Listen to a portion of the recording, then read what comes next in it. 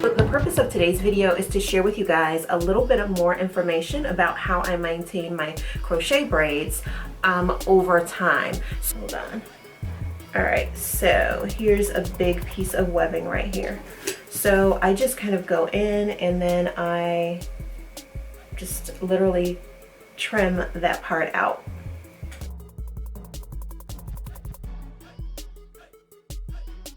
Hey guys, welcome back to the channel. First of all, let me apologize. I know I probably look a little bit crazy. I'm looking at myself on my monitor and I look a little crazy. I just finished doing a skincare Sunday video where I demoed a new mask. And I don't have any makeup on my skin. So I demoed the Glam Glow Super Mud Mask, which I absolutely love. Like, look mom, no pores.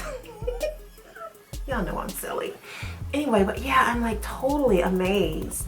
But man, you can definitely see that this is where my skin is lighter and it's darker up here. And then of course it's darker down here. It's so weird, but we family, so I figure I can come to you all like this, right? So the purpose of today's video is to share with you guys a little bit of more information about how I maintain my crochet braids over time. So I'll show you how I refresh them really easily and really simply, and then also how I cleanse my scalp. Those were two questions that came directly from the comment section of my last crochet braid video, which you guys will see above.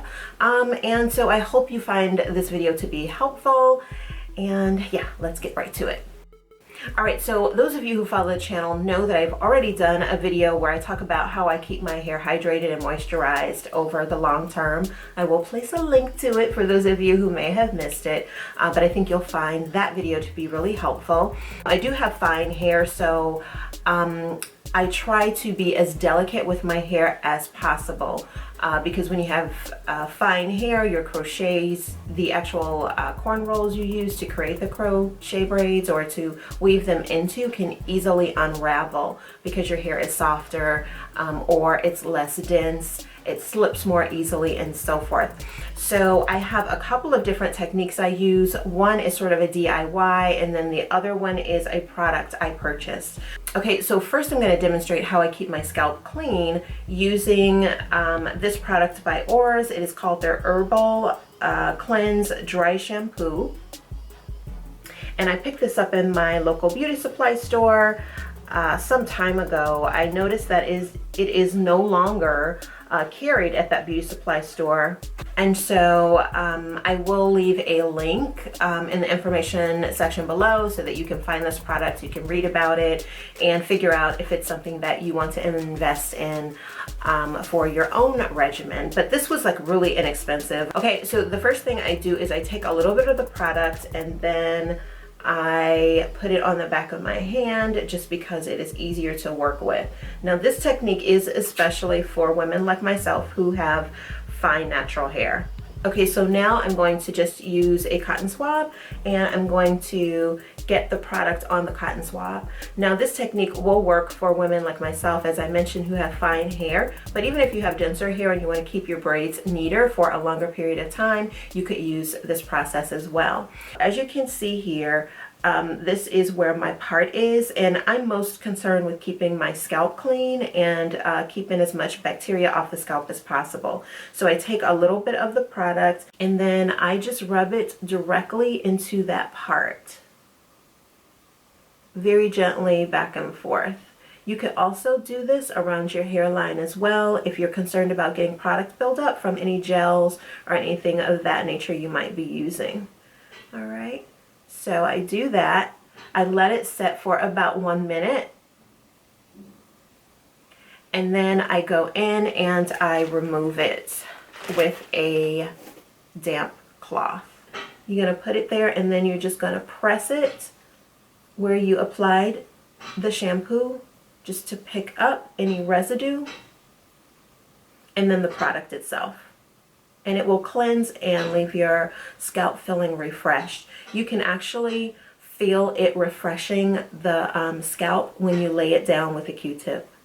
If you have denser hair, you could just use the pointy end of the nozzle and apply it, but I do think it's a good idea to use the Q-tip because you have more control over how much product you place and on your scalp.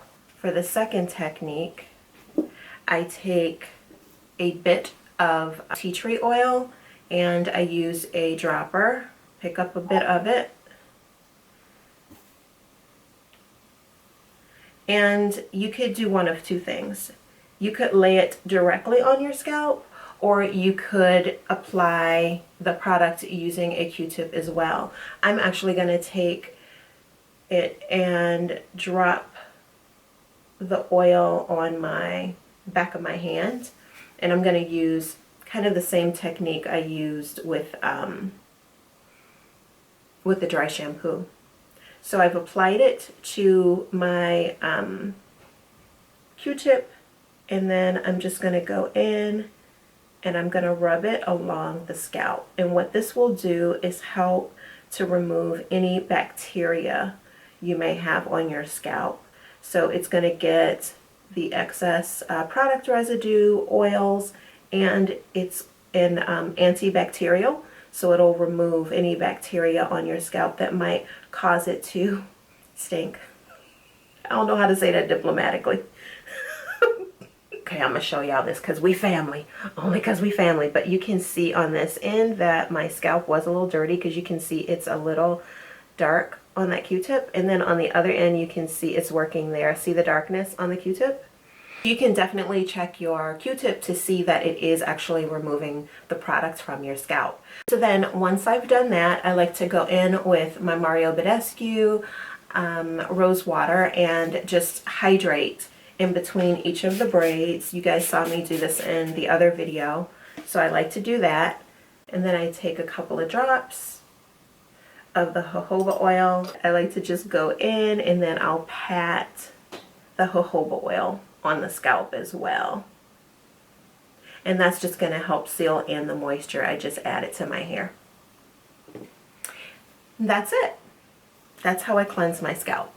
Alright, so now we're going to move on to how to keep the hair refreshed. Quite honestly, with the Havana Mambo Twist hair, it's absolutely amazing. It wears beautifully. The biggest issue you'll have with maintenance of this hair is webbing. Hold on. Alright, so here's a big piece of webbing right here. So I just kind of go in and then I just literally trim that part out. And I use sort of a search and destroy method throughout the hair. You could do this kind of every other day, or you could simply do this process you know, once a week like I'm doing it, because sometimes you're busy and you don't have time to do all that. So I just go in and remove any webbing. I'm less really concerned with what's happening on the bottom of my hair. I'm more concerned with what's happening on top, to be perfectly honest. I don't know if you can see, but there's a bit of webbing right here. So I'm just going to pull this hair kind of forward, and I'm going to see where that webbing is there.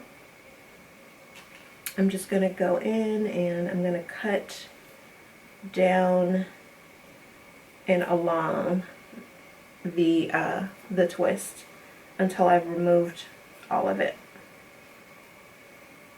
Okay.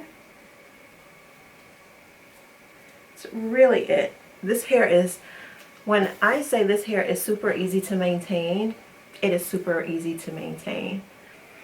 You need to cut it. Okay. Did you all know I didn't know that song was about drugs?